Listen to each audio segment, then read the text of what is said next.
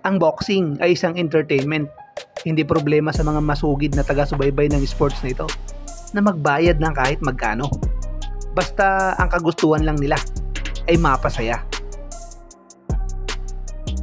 Ayaw nila ng Olympic style of boxing na kung saan ay puntusan at takbuhan. Ang gusto nilang makita ay ganito.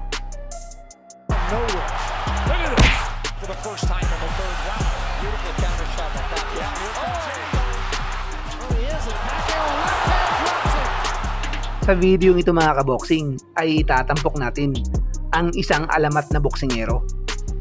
Hindi man siya katulad ni na Mike Tyson, Manny Pacquiao, or Marvin Hagler na ang sandata ay lakas para patumbahin ang kalaban. Pero meron siyang kakaibang abilidad para magustuhan ng mga manonood. Sa sobrang husay nga ng boksingero ito ay pinagmumukhang ordinaryong boksingero ang mga kampiyon. Binansagang high-tech dahil sa kakaiba nitong galaw. Panahon na lang ang makapagsasabi kung meron pa ba tayong masisilayan na katulad ni Vasily Lomachenko. Bakit nga ba masasabing the chosen one? Ano nga ba ang kakaiba sa kanya? Marami lang ang hindi gusto si Lomachenko mga kaboksing dahil may pagka-arugante daw ito. Kwentuhan ko lang kayo mga kaboksing tungkol sa pagpasok ni Lomachenko sa professional. Ayon kay Loma, kung sinong promoter daw ang makapagbibigay sa kanya ng world title sa unang laban sa professional ay doon siya pipirma ng kontrata. Tumanggi ang ibang promoters dahil mahirap daw itong gawin. Pinaliwanag ng mga promoter na kailangan daw ni Lomachenko na dumaan sa ranking at maging contender. Bagamat hindi niya nakuha ang world title fight sa unang laban, ay naikasa naman ito sa kanyang ikalawang laban under ng top rank. Kaya kung mapapansin nyo mga kaboksing, na top rank lang ang naging promotion ni Lomachenko.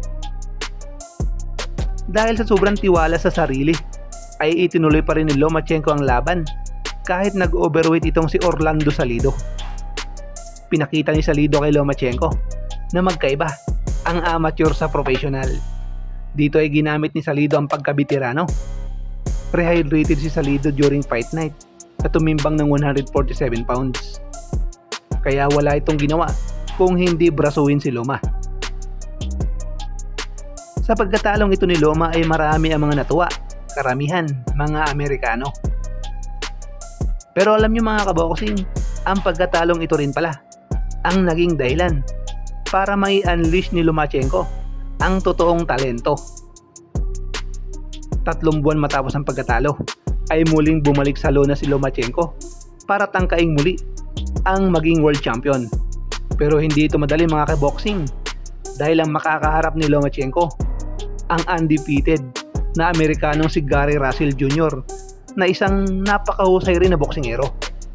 Nakataya sa labang ito ang bakanting WBO featherweight title. Panoorin nyo mga kaboksing kung gaano ka-eksplosibo ang labang ito. Pinakita ni Loma sa buong Amerika kung anong klaseng boksingero siya. Sa sobrang ganda nga ng labang ito, kaya kahit mga hurado ay nahirapang puntusan ang laban. Setting the pace. Russell got to mix it up. He's starting to get countered. It's like I said, he's throwing everything at the same speed. You cannot do that with a guy of the pedigree of Lomachenko. You got to put a left hook. No, that's his viewpoint. Either way, he is far advanced, and that was a beautiful set. He's trying, man. Yeah. And Light continued after doing great work to the body and the head. He rips that right hook after using combinations like this, straight left hand, and the straight.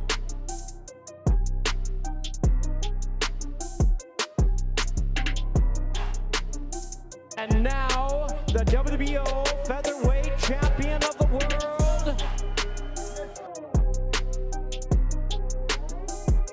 Naging matagumpay pa ang 3 depensa sa featherweight bago umakit sa super featherweight. Dito ay nakaharap ni Lomachenko ang Puerto Rican champion na si Roman Martinez, ang boksingerong tumalo kay Orlando Salido. Mga kaboksing, panoorin yung mabuti kung paano pinagmukhang amateur ni Loma ang defending champion. Kinailangan lang ni Lomachenko ng 5 rounds para tapusin ang laban.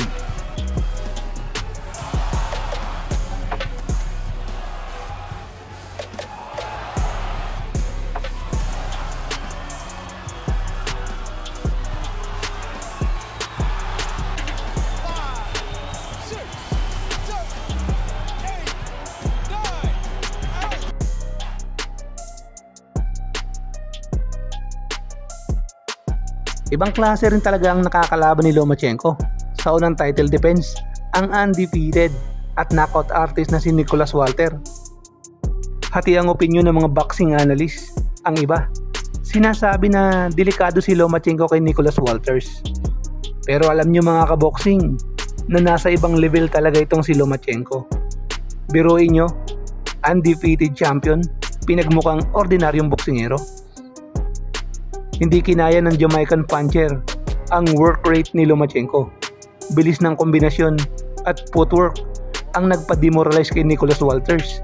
Kaya napilitan na lang itong sumurinder sa laban.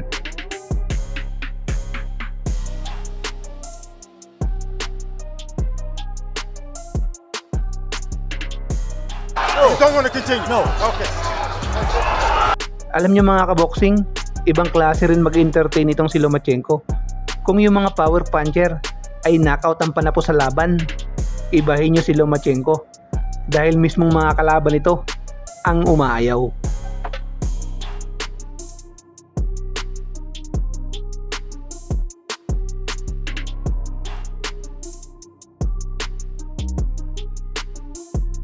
Kahit ngayon kinatatakutan sa junior bantamweight na si Guillermo Rigondeaux, ay wala ring nagawa.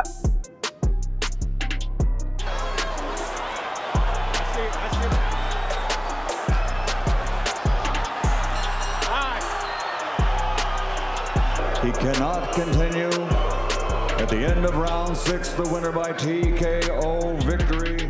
Pagkatapos i-wipe out ang featherweight division, ay lightweight naman ang punteriya ngayon ng ating bida. Unang salta sa 135 pounds, ang 3-time lightweight champion na si George Linares ang babanggain. Ito na ang ika-4 na title defense ni Linares. Umaasa ang mga boxing fans na si Linares na ang makapagbibigay ng ikalawang talo ni Loma. Sa labang ito mga kaboxing, ay naranasan ni Lomachenko ang bumagsak sa kauna-unahang pagkakataon sa kanyang boxing career.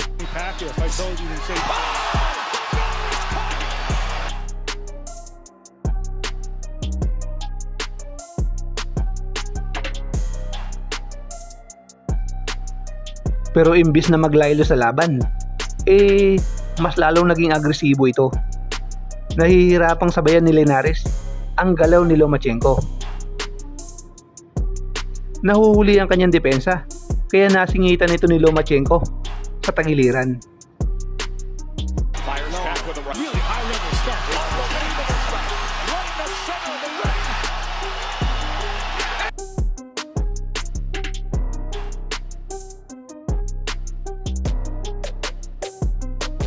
Naging 3 division champion sa loob lang ng 4 na taon. Hindi matatawarang credential na meron si Lomachenko. Nagkaroon pa ng 3 title defense sa lightweight. Kina Puerto Rican champion Jose Pedraza, British champion Anthony Crolla,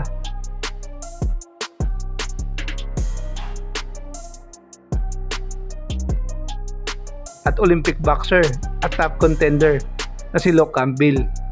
Pero ang lahat ng ito ay no match pa rin kay Chenko.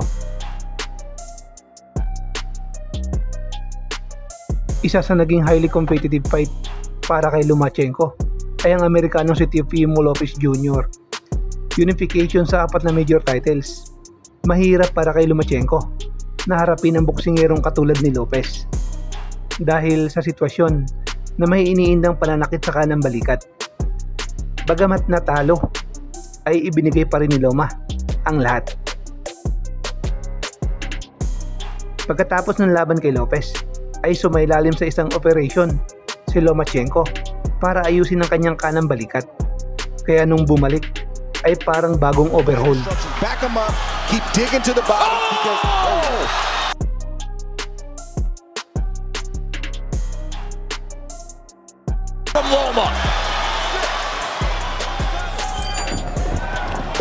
And that angle sends him back. So the knockdown scored in round 5. Power punches through 5 rounds, 54% land. Isa sa controversial fight na may tuturing sa boxing career ni Lomachenko ay ang laban sa reigning unified lightweight champion na si Devin Haney. Sobrang nasaktan si Loma sa pagkatalong ito dahil nangako ito sa kanyang anak na uuwi sa Ukraine kasama ang mga titulo.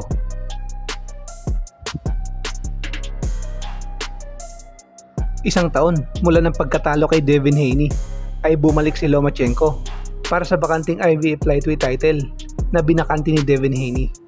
Dumayo pa ng Australia para doon mismo harapin ang hometown crowd favorite na si George Kambosos. Impresibong knockout performance ang pinakita ni Lomachenko sa harap ng libu-libong Australiano. Ito rin ang kauna-unahang knockout loss ni Kambosos sa kanyang karir. I like that. Good shot right there to the body, but Shakur Stevenson? I mean, Tank Davis? Maybe next week, Navarrete. Punch you on the arm, and sometimes he's protecting that punch right there. And the force from the punch. Sa loob ng maikling panahon sa professional boxing na umabot lamang ng 10 taon, ay nagawa na agad ni Vasily Lomachenko ang kanyang legendary career. Nagkaroon lamang ng record na 18 wins, 12 knockouts at may 3 talo. Ngayon mga kaboksing, tatanungin ko kayo, may hihigit pa ba sa nagawa ni Lomachenko?